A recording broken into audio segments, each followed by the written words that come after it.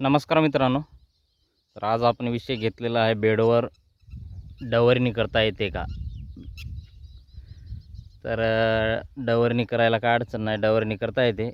मात्र पुढे चालून याचे नुकसान आपल्याला दिसतात, कारण प्रॅक्टिकल स्वतः आपण अनुभव घेतलेला आहे. आपल्या शेतामध्ये 2023मध्ये आपण स्वतः कोळपणी केली ती बैलाच्या साहाय्याने. मात्र पुढे चालून आपल्याला याचे फारच नुकसान दिसलेलं आहे. तरी आता या भागातून जर आपण डवरणी केली तर ही जमीन जी उकरल्या जाते भुसभुशीत होते आणि हे उघडी पडून पुढे चालून या सोयाबीनचा जारवा, जे आपण मुळ्या जारवा म्हणतो, तो फारच उघडा पडतो. आणि एक नुकसान हे, आणि दुसरं नुकसान म्हणजे आपण ज्यावेळी डवरणी करतो ते आपण दोन्ही बाजूने डवरणी करतो.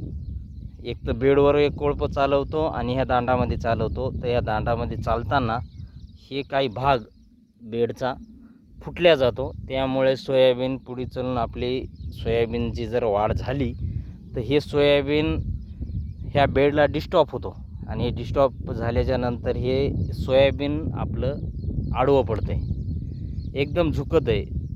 जे आपण शेंगा भरण्याच्या अवस्थेमध्ये सोयाबीन जर आडवं पडलं तर शेंग भरत नाही. हे एक नुकसान आहे त्यामध्ये. तर यामध्ये तण नियंत्रण सर्वात महत्त्वाचा विषय आहे. बेडवर तण नियंत्रण कसं करायचं, तर बघू शकता आपला लाईव्ह प्लॉट आहे हा.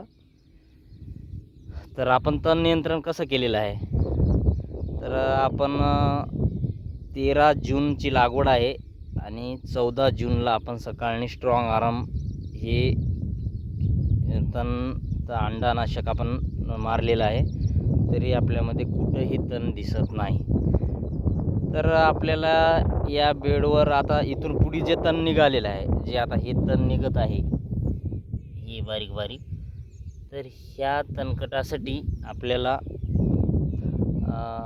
25व्या दिवशी तणनाशक मारायचं आहे. अशा साहाय्याने तणनाशक दोन तणनाशक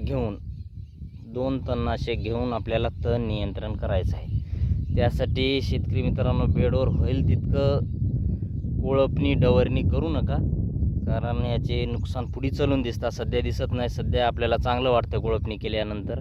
ह्या बेडला कोणताही डिस्टॉप होऊ नये. हे बेड असा योग्य राहावा, असा मजबूत राहावा.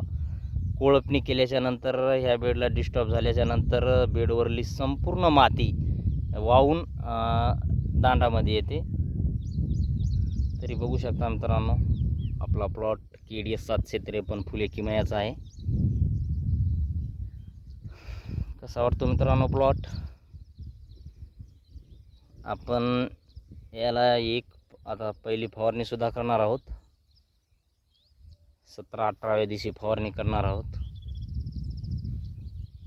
तरी त्यासुद्धा व्हिडिओ लवकरच येईल. तरी धन्यवाद मित्रांनो.